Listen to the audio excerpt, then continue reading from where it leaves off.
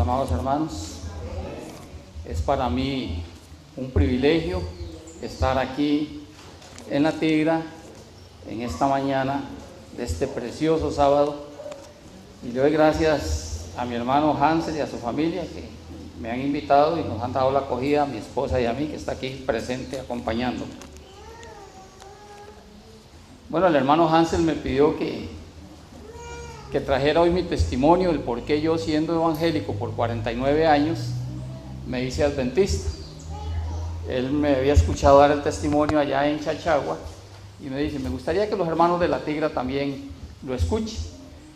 Y aunque ya yo había tomado un poquito de decisión de no hablar mucho de mí, no dar mucho mi testimonio, porque creo que al que hay que honrar es a Jesucristo y no a uno mismo, pues yo voy a intercalar unos versículos de la palabra de Dios con parte de mi testimonio, y así complazco al hermano Hansel y a la vez no dejamos de recibir palabra de Dios, que es lo más importante. Voy a hacer una pequeña oración antes de que continuemos. Padre amado y Dios eterno, gracias te doy en esta hora que me permites, bendito Dios, estar en este lugar para hablar a esta bella comunidad. Señor, yo te ruego que seas tú el que hables, que yo mengue y que tú crezcas, Señor, que tú me tomes mi boca, mis gestos, todo lo que soy, y que puedas traer un mensaje que dé consuelo, que dé fortaleza, que dé ánimo, Señor, a este grupo de hermanos y hermanas que fielmente están hoy aquí para alabar y glorificar tu nombre. Te lo pido todo en el santo nombre de Cristo Jesús, Señor nuestro. Bien, la lectura bíblica que leyó el hermano está en Hebreos 10, 15 al 17. Y me voy a tomar la libertad de repetirla para que agarremos el hilo a lo que vamos a escuchar.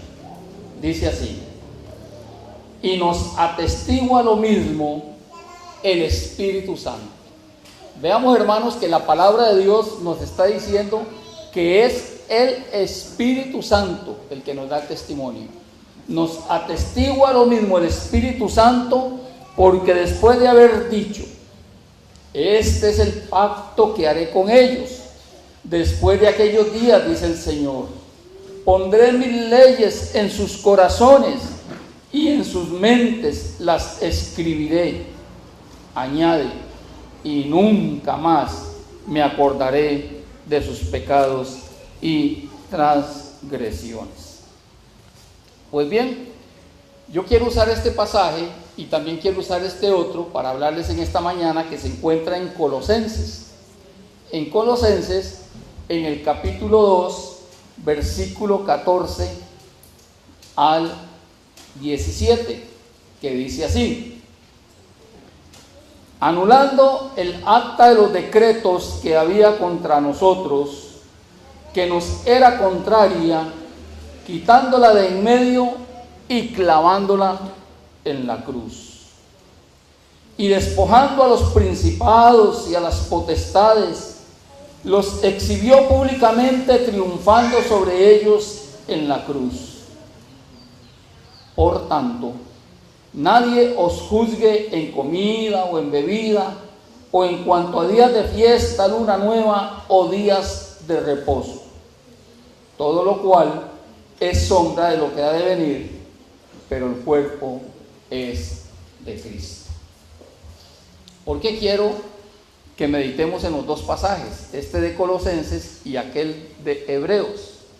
Bueno, porque precisamente, siendo yo de la iglesia evangélica, uno de los pasajes como textos, caballitos de batalla que yo utilizaba para atacar al día del Señor, al día sábado, para apoyarme y enseñarle a los feligreses en las iglesias donde tuve el honor de pastorear, era enseñar que nosotros como cristianos, en aquel entonces enseñaba yo, no debíamos de guardar el sábado.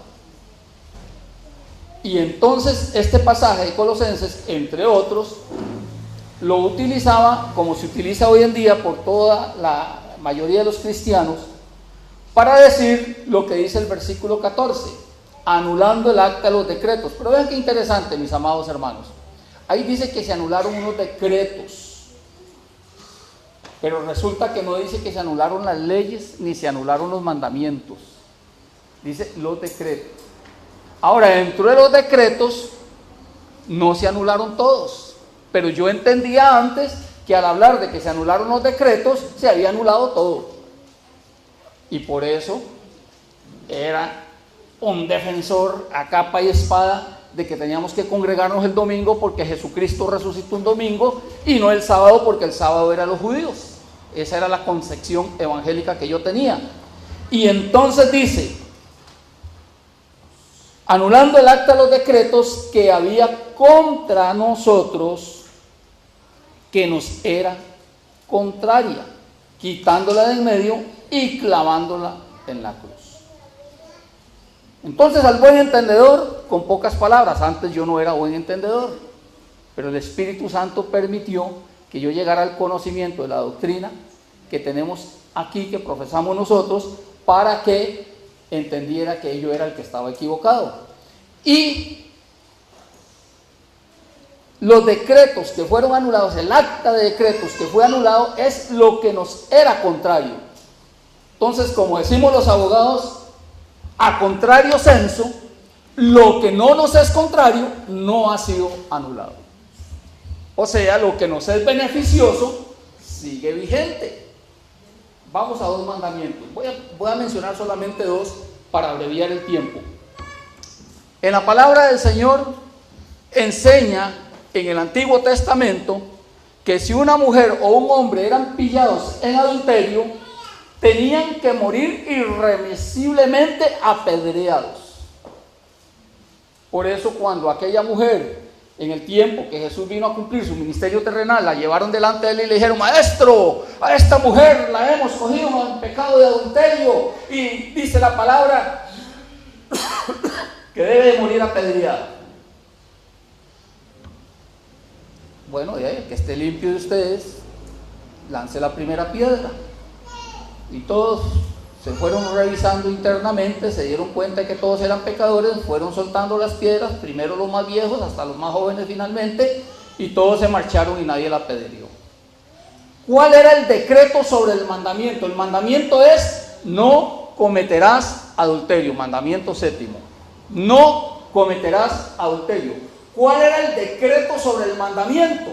Que el que lo violaba, aparte de una condenación eterna por el pecado, aparte de una condenación eterna por su pecado, una muerte espiritual, también en ese momento tenía que morir físicamente apedreado, porque estaba violando el séptimo mandamiento, cometiendo adulterio.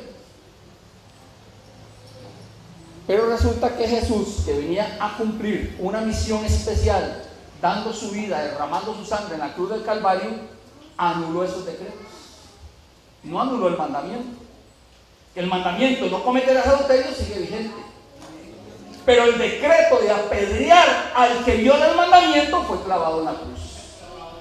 Porque nos era contrario. Porque era la muerte física. Y si se mata al adúltero y si se mata a la adúltera, no van a tener oportunidad de salvación, porque van a morir en aquel pecado de adulterio. Entonces Jesucristo dijo: ya ese decreto no cuenta, yo lo cuelgo en la cruz, para que esa persona mañana, pasado mañana, dentro de un año, dentro de 10 años, tenga oportunidad de arrepentirse y escape por su vida. Por eso es que los decretos que no son contrarios fueron clavados en la cruz. Igual pasa con el sábado. La palabra del Señor nos enseña a nosotros que el que violaba el sábado también tenía que morir apedreado, y ese es el cuarto mandamiento. Pero entonces ahora a nadie se le mata porque no guarda el sábado. El decreto fue clavado en la cruz porque nos era contrario, pero el mandamiento sigue vigente. Igual con otro montón de cosas que hay en la palabra de Dios, aquello de que si un hijo era asesinado por una persona, entonces el padre tenía derecho de ir y buscar al asesino de su hijo y quitarle la vida, como dicen, ojo por ojo y diente por diente, la ley del talión. Todo eso fue clavado en la cruz. Si a mí me asesinan un hijo, ya yo no tengo el derecho de Dios, no me da derecho a ir a tomar venganza yo. Porque Él me dice, mía es la venganza, yo daré el pago. Ahora, nosotros como hijos de Dios entendemos que todo eso fue clavado en la cruz, pero los mandamientos siguen vigentes. El mandamiento sigue, no asesinarás. Es el sexto mandamiento. Y así sucesivamente. Pues bien, mis amados hermanos, yo nací en un hogar católico. Yo nací en la Iglesia Católica, Apostólica y Romana. Y como les conté ya en Chachagua, los que estaban en Chachagua, que era la familia del hermano Hansen, su esposa y sus hijas, fui bautizado en el bautismo católico, donde al nacer en mi partida de nacimiento me pusieron por nombre Johnny Guadalupe Jesús de la Trinidad. De apellidos, Rojas por mi padre y Bejarano por mi madre. Y entonces, como yo nací en un hogar católico, de los 0 años a los 6 años de edad se me inculcó mucho la doctrina católica, porque mi casa era una exhibición de imágenes católicas. Tenía a mi madre pegada a San Antonio, a la Virgen del Perpetuo Socorro, a la Virgen de Guadalupe, al Sagrado Corazón de Jesús, a la Santísima Trinidad, y aquella casa mía, en todos los dormitorios, en la cocina y por la sala, por todos lados usted veía imágenes relativas a la fe católica. Y como a mí me bautizaron Johnny Guadalupe, porque nací el 12 de diciembre, el día en que los católicos celebran a la Virgen de Guadalupe, entonces no podía faltar la estampa de la Virgen de Guadalupe pegada en el dormitorio donde yo descansaba. Y cuando yo me portaba mal, el castigo que me daban era que me hincaban delante de la imagen de la Virgen de Guadalupe, me ponían unos granos de maíz o de frijol, según lo que tuviera en el momento del alcance, y me tenía que hincar en ellos y hacer unos rezos, como quien dice, como castigo por haberme portado mal. Imágenes que quedaron aquí muy grabadas, que no se me olvidan, que yo las viví, vivencias reales de quien profesaba la fe católica en todo su esplendor, como era mi madre y mi padre. Pero resulta que cuando yo tenía 6 años de edad, mi papá, que era músico de música secular, iba a tocar a bailes, iba a tocar con un trío que se llama el Trío Los Dorados. Lo invitaron un día a una iglesia evangélica que está en Plaza Víquez, iglesia del Evangelio Cuadrangular, a oír a un predicador dominicano que vino a Costa Rica de nombre Luis Butzbais, y ahí mi papá oyó y creyó en la predicación evangélica pentecostal, y entonces abandonó la fe católica y abrazó la fe evangélica pentecostal. Yo tenía 6 años de edad y de ahí para adelante fue un conflicto en mi vida durante 6 años. Porque por un lado me llevaban a la escuela dominical, a la iglesia evangélica, mis padres, y me inculcaban ahora una nueva fe, después de que durante 6 años me habían inculcado fuertemente la católica.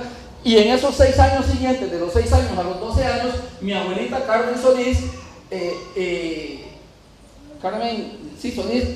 ella me inculcaba y me seguía inculcando la fe católica, porque ella quería que yo fuera sacerdote católico. Y de los 6 años a los 12 años, por un lado iba a la misa católica a escondidas con mi abuelita, que me pedía prestado a mis papás, que es que para llevarme a comerme un helado, pero era para ir a misa, y de la misa me llevaba a comer el helado. Y entonces yo la acompañaba, y de alguna manera yo estaba creyendo en 2 cosas diferentes, porque creía en lo que me enseñaban en la iglesia evangélica con mis padres, y creía lo que me seguía enseñando y doctrinando mi abuelita con la fe católica. Y cuando yo tenía 9, 10 años de edad, yo le dije a mi abuelita: sí, yo voy a estudiar para sacerdote. Yo quiero ser sacerdote. Yo iba a la misa y yo admiraba al sacerdote cuando hablaba. Pero sucedió que cuando yo tenía los 12 años de edad, una noche en una campaña evangélica, en una tarima, un púlpito adelante, con unas barandas torneadas muy bonitas, llegué yo y me hinqué con 12 años de edad. Y cuando yo me hinqué ahí, yo tuve una visión, orando ahí hincado, despierto, no fue un sueño. Y yo veía una escalera que subía de donde yo estaba hincado hasta las nubes, y yo veía que subían y bajaban ángeles. Yo no sé si me afectó haber leído la historia de Jacob, pero yo lo vi en visión, y para mí aquello fue algo que me transformó, y yo quedé inquieto. Y cuando llegó el domingo en la escuela dominical, Luis Aguilar, que era un anciano, un viejito ya muy mayor, que predicó ese día y predicó sobre el tema de la salvación, de que somos pecadores, de que necesitamos nacer de nuevo, que no basta conocer la religión, sino que hay que conocer a Jesucristo como Salvador. Yo escuché aquello y hasta ese día lo entendí y tomé mi decisión, y recuerdo que algo pasó dentro de mí, fue un encuentro personal con Jesucristo, y yo estaba sentado así en la parte media de las bancas al lado izquierdo, y algo me impulsó y empecé a llorar y a llorar y a llorar. Y cuando él hizo la invitación que quien quería entregarse a Jesucristo, yo no me explico cómo, pero como un resorte me levanté y corrí y lloraba desesperado en la tarima, en el púlpito, pidiéndole perdón a Jesús porque yo era pecador, con 12 años de edad. Eso fue un encuentro genuino con Jesucristo. Indiferentemente de que estaba en otra fe, porque Cristo hace un llamado en Apocalipsis 18:4. Él tiene pueblo en otras iglesias. Él dice: salid de en medio de ella, pueblo mío. Y no seas, para que no seas partícipe de sus plagas y de sus castigos. Ustedes conocen mejor que yo el pasaje, Apocalipsis 18:4 y 5. Y hermanos, ahí yo fue donde conocí a Jesucristo como el enviado de Dios que vino a salvar a aquellos que lo aceptaran y que creyeran en Él. Y yo seguí en la iglesia evangélica. Cuando yo tenía 15, 16 años de edad, me inscribí en el Instituto Bíblico Centroamericano Mixpa a estudiar para ser pastor evangélico. Y a los 21 años de edad me vine a abrir una iglesita evangélica en Chachagua, allá donde llaman calle de los Rojas, ahora calle de los Valverde. Vive toda una familia Valverde, que es por donde estaba el aserradero, que ahora está el colegio y está la fuerza pública ahí. Al frente hay una callecita que se mete ahí para abajo. Y ahí con 21 años de edad yo vine a predicar el evangelio y logramos abrir una obra evangélica ahí, donde no había presencia evangélica, eran solo católicos y testigos de Jehová en esta zona en el año 77. Cuando se viajaba desde Ciudad Quesada a La Fortuna en un bus que duraba como 3 horas para llegar de Ciudad Quesada a Fortuna, en una calle de piedra, algo triste. Todas esas vivencias yo las tuve siendo un chiquillo de 21 años de edad. Y anduve evangelizando ahí por Zona Fluca, por Peñas Blancas, por el limbo de Peñas Blancas, La Cruz, el Abanico, el Burrito, todo eso yo lo recorría con aquella edad, llevando el evangelio a las casas desde la óptica evangélica. Ya posteriormente seguí adelante y me metí a trabajar al Poder Judicial, donde quería trabajar como oficinista. Ese era el que yo había aprendido, y resulta que dije, bueno, yo tengo un título de archivólogo y soy oficinista, y el Poder Judicial salió en La Nación un anuncio que necesitaban auxiliares de investigación, y yo fui y llené la solicitud con la idea de trabajar. Entonces yo combino el trabajo en el Poder Judicial con el trabajo de pastoreo, y así vivo con un salario fijo y no dependo de los diezmos. Más que aquí en Chachagua estaba empezando la obra y eran gente de muy escasos recursos y el dinero era muy poco. El caso es que yo me metí al Poder Judicial con la idea de que iba a trabajar en una oficina, y cuando llegué ahí y me dieron trabajo, me dijeron, bueno, aquí está el revólver, aquí están las esposas, usted va para la calle a agarrar delincuentes, usted va a ir a levantar muertos, usted va a ir... Era como investigador, como detective, pero el puesto se llamaba auxiliar de investigación. Entonces yo había entendido en mi concepto que un auxiliar de investigación era el que auxiliaba desde una oficina a los investigadores, haciendo informes, redactando correspondencia, recibiendo correspondencia, llevando los archivos, y me equivoqué. Resulta que el nombre era que se le daba a los investigadores novatos. Entonces yo tuve la intención de salir por él, no, esto no es para mí, ¿cómo van a yo con un revólver agarrando delincuentes y soy cristiano? Esto como que no conviene. Bueno, pero al final me quedé, saqué pecho, como dicen, dije, no, aquí no van a decir que aquí huyó un cobarde, y me quedé, y voy a probar, son 3 meses de prueba, voy a probar, si me gusta me quedo, y si no me sirve me voy. Me terminé quedando, fui 17 años investigador en el OIJ. Logré investigar de toda clase de delitos en esos 17 años, y el caso es que combinaba yendo a la iglesia cristiana pero siendo investigador. Entonces mucha gente me decía, pero ¿cómo usted anda un revólver siendo cristiano? ¿O cómo usted está en la iglesia y anda ahí peleando con delincuentes? Bueno, lo hacía. Yo lo hacía, lo vivía, era la situación que me presentó el destino. Pero un día, a los 33 años de edad, me tocó perseguir a un chiquillo de 19, 20 años por un asunto de drogas. Y ya yo con 33 años, ya esta barriguita se notaba, ya yo era más gordito, ya más cansado. Entonces me dejó botado en la carrera, no se la vi el Wililla. Y yo me sentí frustrado. Dije, no, yo no puedo seguir siendo eso. Voy a llegar al viejito con un revólver en la mano persiguiendo delincuentes y eso no es lo que yo quiero.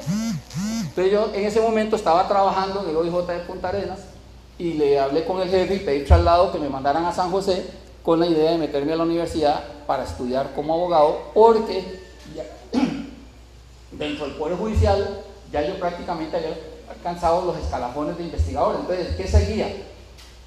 Ser abogado para obtener una jefatura dentro del Poder Judicial, porque los jefes dentro del Poder Judicial tienen que tener título de abogado. Entonces yo me fui a estudiar abogacía con la intención de seguir como OIJ en un puesto que fuera de jefe, en una jefatura, nunca para ser juez. ¿Qué sucedió? Que me metí a estudiar Derecho, me gradué como abogado y don Edgar Cervantes, que era el presidente de la Corte Suprema de Justicia en aquel momento, me mandó de una vez cuando me gradué de juez. No me dejó ni calentar el título. A mí me entregaron el título un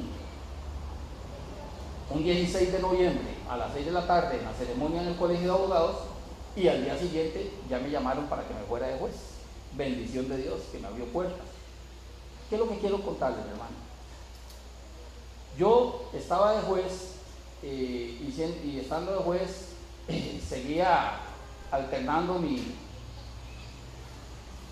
doble función en la iglesia evangélica y en el Poder Judicial. Estuve a cargo de una iglesita en Cartago, allá por el estadio Ofelio Mesa, y estando allá en la iglesita de Cartago, me dice el pastor lo que sería la representación del presidente, como decir el presidente de la Misión Norte, que es el encargado de todas las iglesitas. El pastor de la iglesia evangélica me dice: hermano Johnny, ¿usted no se iría para Sarapiquí a abrir una obra en Sarapiquí? Allá tenemos una familia que está abriendo puertas y no tengo a quién enviar. Le digo, ¿y qué hago con la iglesia de Cartago? Me la entrega, yo nombro otro pastor allá y usted se va para Sarapiquí. Y acepté y me fui para Sarapiquí. Mi esposa me apoyó mucho, de principio a fin estuvo conmigo y nos fuimos y abrimos la obra en Sarapiquí y ahí estuve visitándolos y atendiéndolos por 9 años. ¿Por qué por 9 años? Porque resulta que al paso del tiempo, un día estaba yo en el juzgado donde yo trabajaba. Yo siempre acostumbraba a tener la Biblia en el despacho. Y un jueves, como a las 10 de la mañana, sentí el deseo de ir a la esquina donde tenía la Biblia, un mueblecito, cojo la Biblia, esta misma que ando aquí ahora, y la agarro y voy al escritorio y hago una oración y le digo: Señor, quiero que tú me hables, quiero que tú me lleves al pasaje que debo leer este día. Cerré la Biblia para abrirla, como dicen, al azar, donde tenía que abrirla, y resulta que cuando yo abro la Biblia, a ver dónde se abre, porque le estoy pidiendo al Espíritu Santo que me guíe, se me abre en Lucas capítulo 4. Y en Lucas capítulo 4, de una vez mis ojos van directo a este pasaje. Está hablando de Jesús y dice, 4:16 de Lucas: vino a Nazaret, donde se había criado, y en el día de reposo entró en la sinagoga conforme a su costumbre. Y ese día, hermanos, ese jueves a las 10 de la mañana, allá en la oficina de un juzgado civil y de trabajo de mayor cuantía del Poder Judicial, a mí me llegó algo que nunca antes, en tantos años de ser de la iglesia evangélica, me había llegado ni lo había entendido. a pesar de que uno ha leído estos pasajes, los lee como con una venda cuando está por allá. Pero ese día Dios quiso que yo reparara en dos cosas que dice este versículo. Una, dice, y en el día de reposo. Y yo uso la versión Reina Valera 1960, que es la versión que usa la iglesia evangélica. Y dice aquí, donde dice día de reposo, hay un asterisco que me lleva al pie de página, y en el pie de página dice, aquí equivale a sábado. Entonces, ese día, que fue el día que Dios dispuso, me impactó, porque yo atacaba tanto el sábado, hermanos, que yo predicaba contra el sábado. Y porque yo defendía tanto el domingo, si la misma Biblia me está diciendo que el día de reposo equivale a sábado.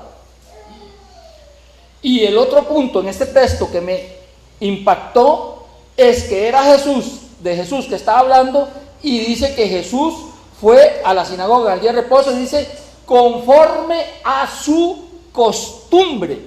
O sea que Jesús acostumbraba a guardar el sábado. Entonces yo, como buen pastor evangélico, como buen seminarista evangélico, que estudié en un seminario evangélico para ser pastor evangélico, me dije a mí mismo, Jesús guardaba el sábado porque era judío, y además porque estaba todavía en el tiempo de la ley.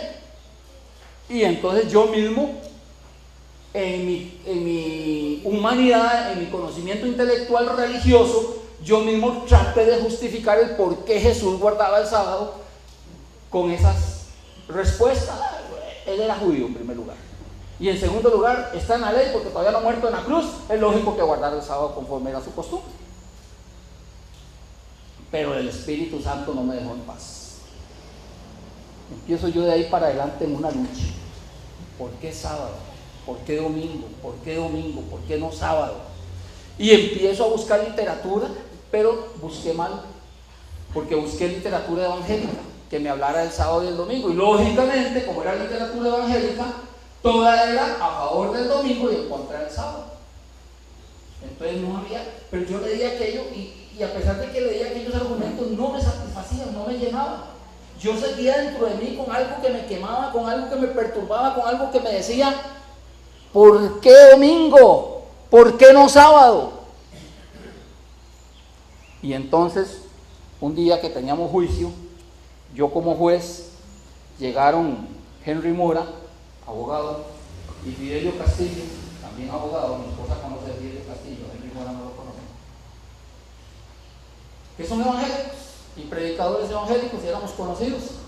Y cuando llegaron a ese juicio, los llevé a mi oficina y les digo, vean muchachos, yo tengo esta situación, yo tengo una inquietud muy fuerte, yo vengo hace días con algo dentro de mí que me está hablando, diciendo en lo interno, de que nosotros estamos mal con el domingo, porque la Biblia enseña que es sábado. Y me dice Fidelio, él es Fidelio, le decimos Fidelio, ay Jonito, yo estoy igual.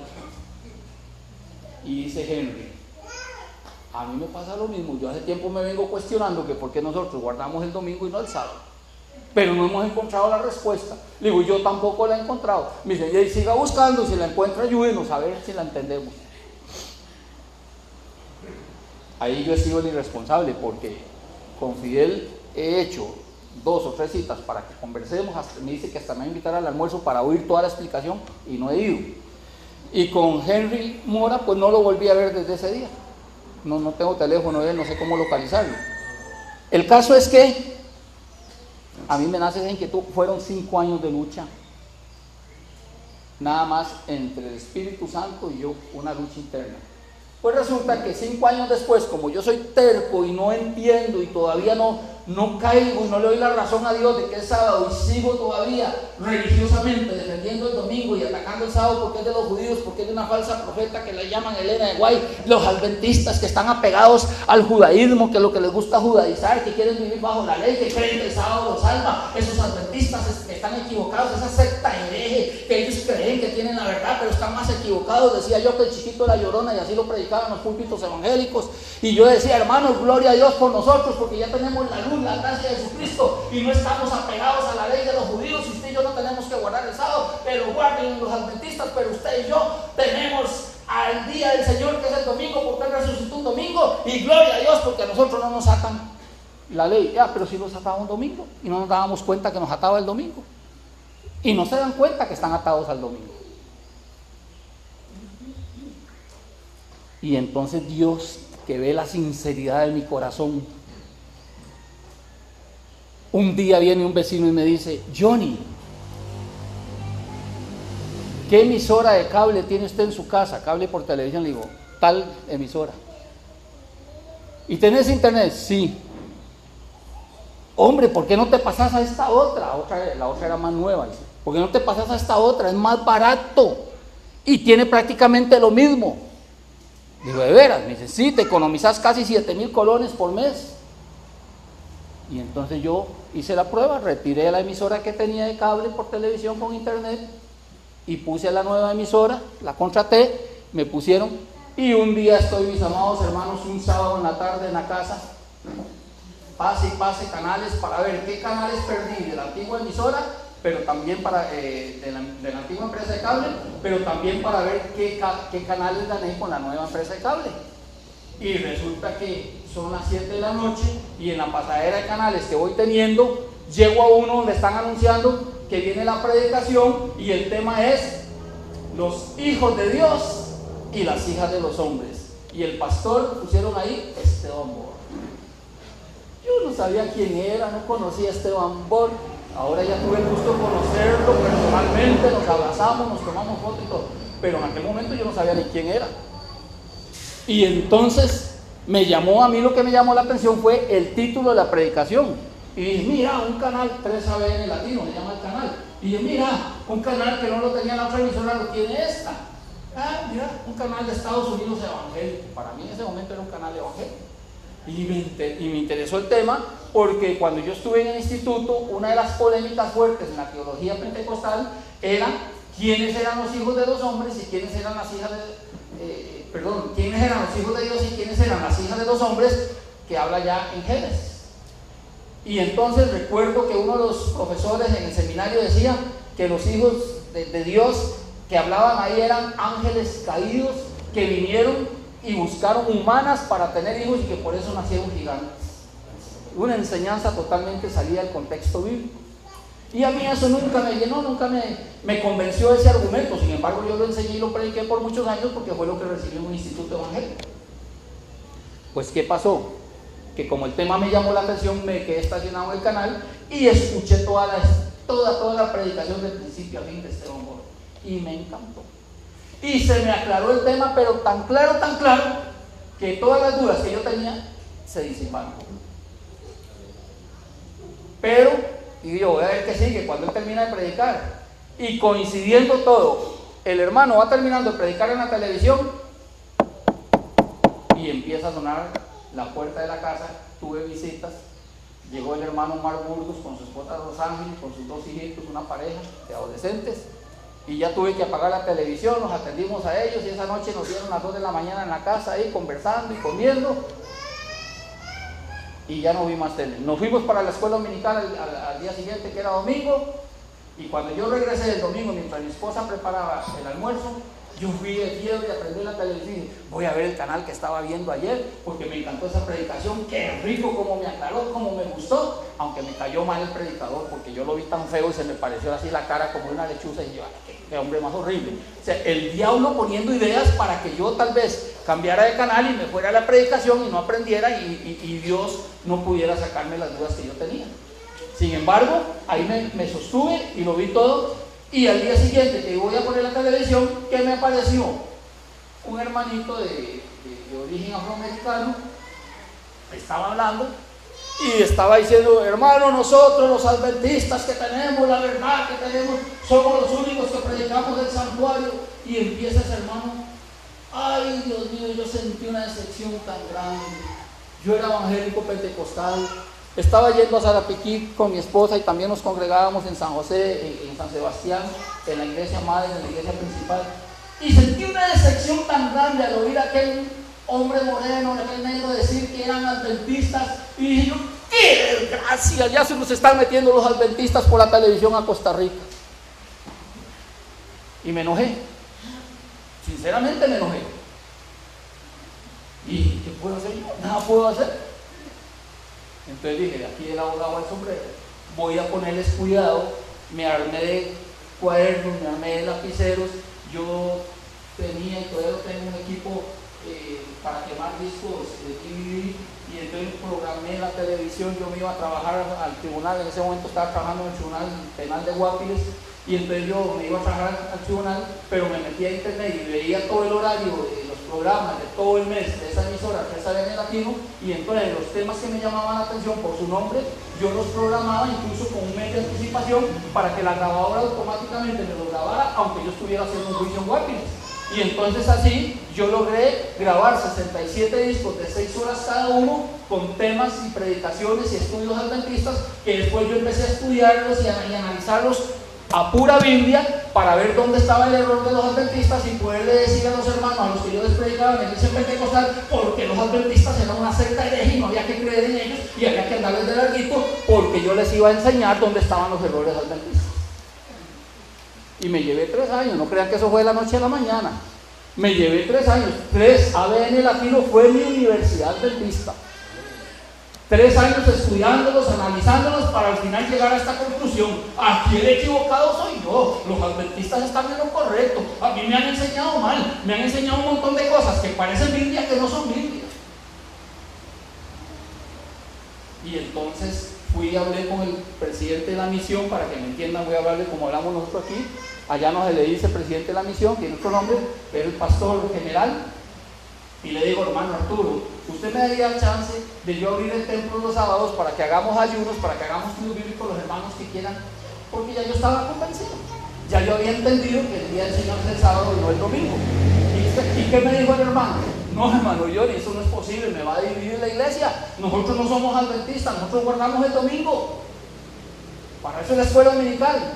Y me prohibió abrirle el templo los sábados. Yo seguí ahí unos poquitos meses, pero yo estaba con aquella gran inquietud, hermano. Cuando uno conoce la verdad, ya uno no puede.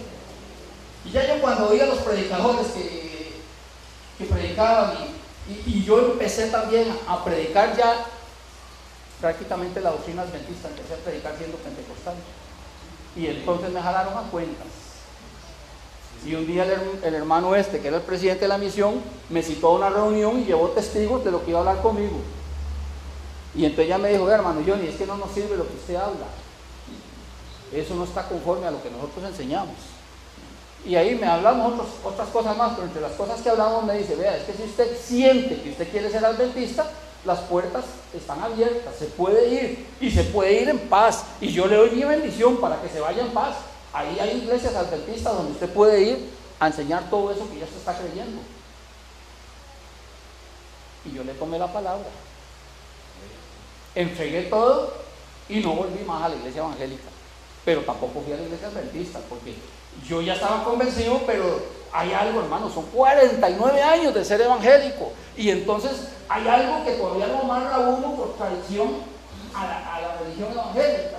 Y entonces yo no quería desarrollarme lo evangélico, pero quería aceptar ya toda la enseñanza bíblica conforme la da la iglesia adventista. Entonces era un conflicto que yo tenía. Y por otro lado, lo digo con honor a la verdad, así es, me daba vergüencilla de que los hermanos evangélicos se llegaran a enterar de que yo me había pasado a la iglesia adventista, porque yo sé cómo atacan y cómo es el concepto que se tiene en la iglesia adventista allá. Entonces yo no quería que se dieran cuenta de eso.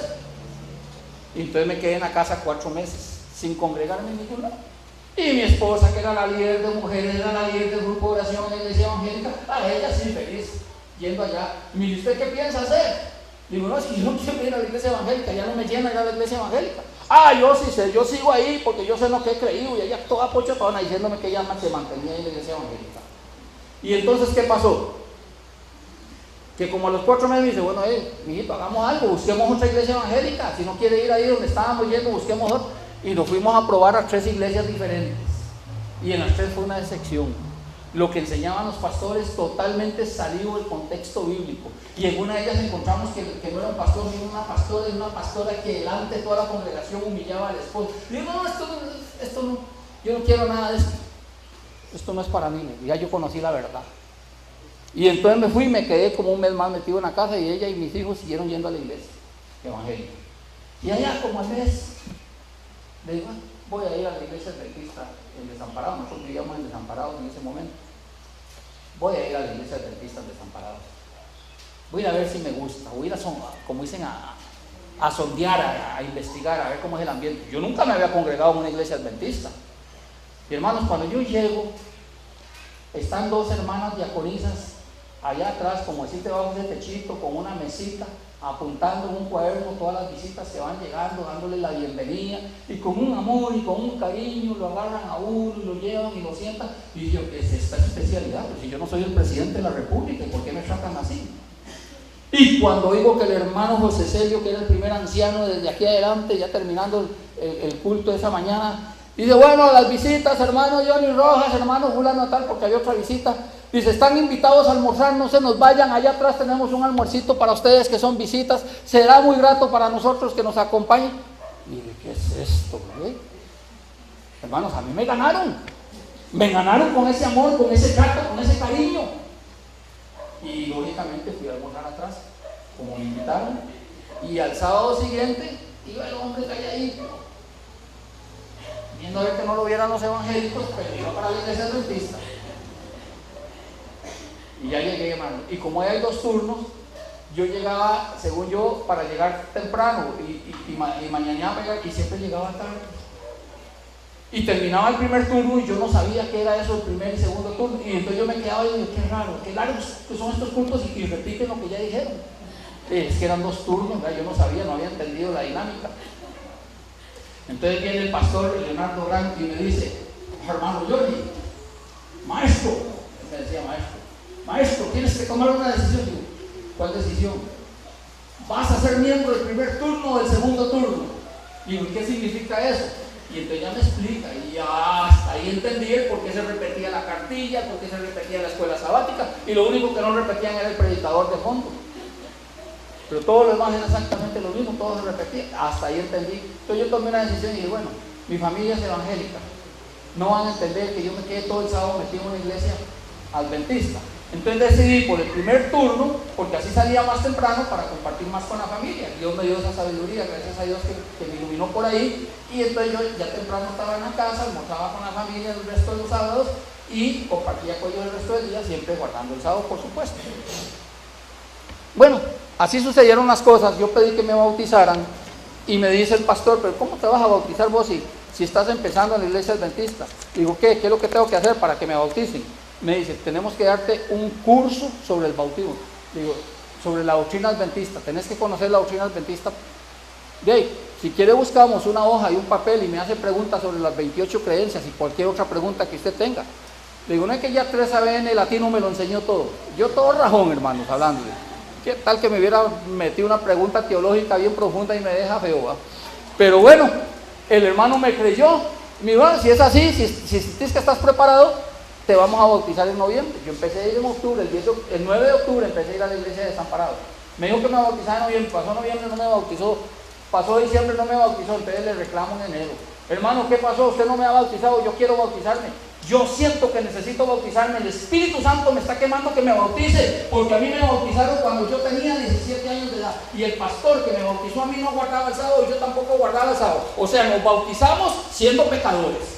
Y yo quiero bautizarme ahora que ya le pedí perdón a Dios y que estoy guardando los 10 mandamientos completos y no solamente 9 como los guardaba antes. Y quiero bautizarme porque quiero ya bautizarme correctamente. No hay problema.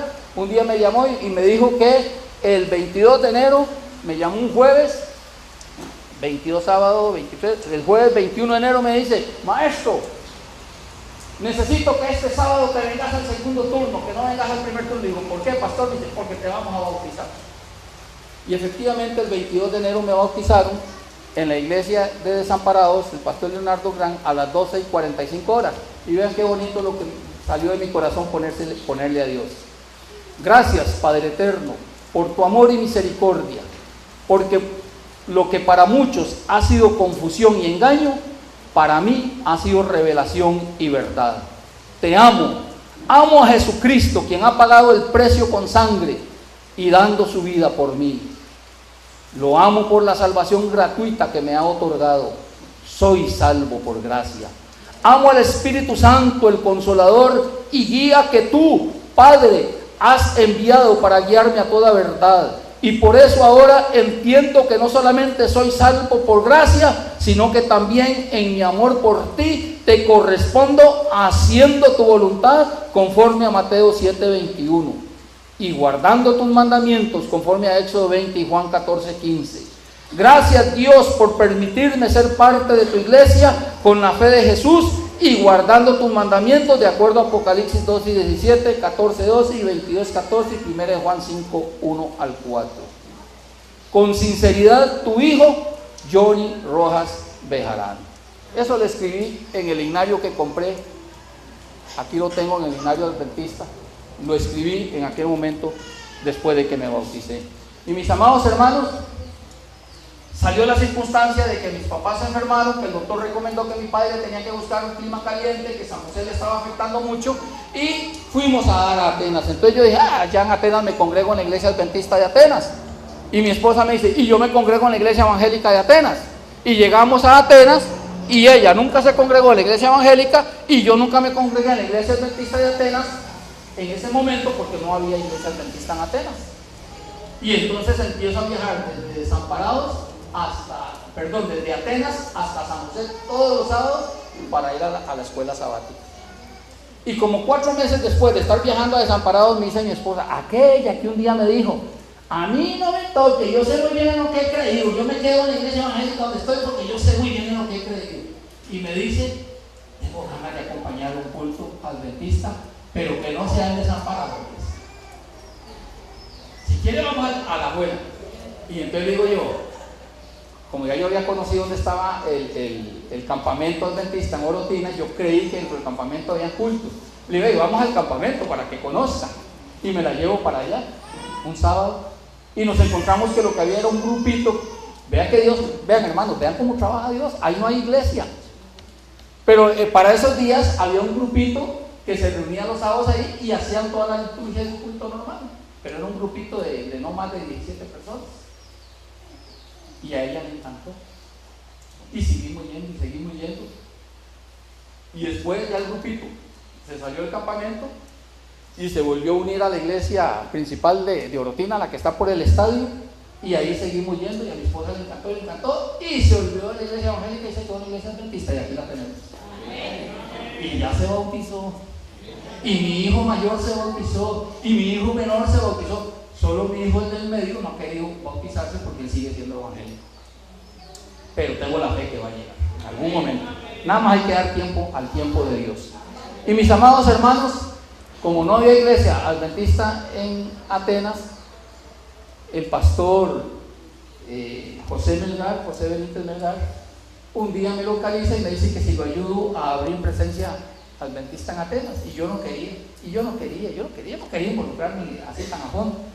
Pero me convenció, fui fácil de convencer, o fue muy fácil de convencer, no sé. Terminé diciéndole que sí. Y alquilamos una casita en Atenas y empezamos pagándola con recursos propios. El pastor ponía una parte, yo ponía otra parte y la Misión Norte nos ayudó poniendo otro poquito. Por un año nada más, porque después del año la Misión Norte dijo no les damos más. Era el presidente, el hermano Vallejos, Stalin Vallejos, creo que es como llama. Eugenio Vallejos, perdón. El que estaba el presidente de la misión, y autorizaron darnos una pequeña ayuda y alquilamos una casita en 160,000 colones. Y empezamos obra adventista en Atenas, donde los primeros miembros que se reunían los sábados a orar, a cantar y a leer un pasaje de la Biblia era mi esposa, mi hijo menor y yo. Solo nosotros 3, pero con fe. Hoy ustedes van a Atenas y encuentran ahí un grupito grande ya que están haciendo planes a ver si en diciembre ya los canonizan como iglesia formal. Ahí está otro hermano a cargo de la obra, porque nosotros nos regresamos ya a San José a partir de enero de este año. Nos regresamos a San José, pero estuvimos en Atenas 7 años. 7 años, y en esos 7 años que vivimos en Atenas, el Señor nos permitió abrir la obra en Atenas. Y después, como dijo el hermano aquí, me nombraron como departamental de libertad religiosa en la Misión Norte y todo, y por circunstancias también de necesidad mayor, tuvimos que regresarnos a San José, y ahora estoy trabajando como anciano en la iglesia de San José. Mi esposa está con las diaconisas, mi otro hijo hoy precisamente estaba con la escuela sabática, y ahí estamos trabajando para el Señor. Pero ¿qué es lo importante? Ese es el testimonio. Hay mucho más que contar, pero el tiempo no lo permite. Ahí corto ya con el testimonio. También la Biblia dice que debemos testificar, porque a veces testificando muchas personas reciben edificación o respuesta a alguna situación que estén viviendo. Pero entonces, ¿qué es lo importante? Que Colosenses 2 dice que el acta de los decretos es lo que fue clavado en la cruz, no fueron los mandamientos. Pero en la iglesia evangélica yo interpretaba, porque también así me mal enseñaron, de que todo había sido clavado en la cruz. Y entonces por eso yo me rehusaba a atender un montón de cosas que todavía están vigentes en la Biblia. Ahora ya sé que están vigentes y hago lo propio para obedecer a Dios antes que a los hombres. Porque si yo digo, sí, donde yo estaba en la iglesia evangélica se decía que esto era así, y si yo digo ahora, voy por ahí conforme me enseñaron y practiqué por muchos años, aunque la Biblia diga que es de la otra manera, yo estaría obedeciendo a Dios antes que a los hombres. Y lo importante, mis amados hermanos, es precisamente que nosotros debemos obedecer a Dios antes que a los hombres. Y para ir terminando, dice el versículo 16: por tanto nadie os juzgue en comida o en bebida o en cuanto a días de fiesta, luna nueva o días de reposo. Pues resulta que a mí me quedaba esa duda, días de reposo, luna nueva, días de fiesta. Bueno, pero hay que hacer un estudio a fondo para entender esto. Porque aquí es muy claro que está hablando de días de reposo en plural. Y cuando Jehová nos habla a nosotros de guardar su día santo, habla en singular. Entonces digo, ¿cómo es esto? Que aquí está en plural y en singular. ¿Y cuál es la tónica del asunto? Hermanos, si nosotros nos vamos a Levítico 23, que no lo vamos a ver ahorita, no lo vamos a estudiar, nada más lo estoy mencionando. Ahí habla de los días de fiesta, días anuales. Y entonces, ¿qué sucede? Que ahí habla de los diferentes días de reposo que no son necesariamente el día sábado. Entonces, ustedes lo conocen, lo saben. Y si alguno que esté aquí hoy no lo sabe, le invito a que busque a los hermanos de más tiempo estar en la iglesia para que le expliquen de cuáles días de reposo está hablando ahí.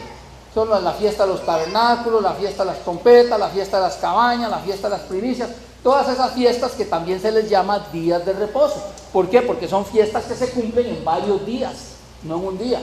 Es como decir ahorita la Semana Santa en Costa Rica, que el gobierno le da descanso de toda la semana a los empleados. Los empleados del gobierno de Costa Rica toda la Semana Santa, con sus excepciones como hospitales, Cruz Roja, bomberos y policías, la mayoría están en días de reposo. ¿Por qué? Porque no van a trabajar y salen un viernes y regresan después de la semana siguiente hasta el lunes.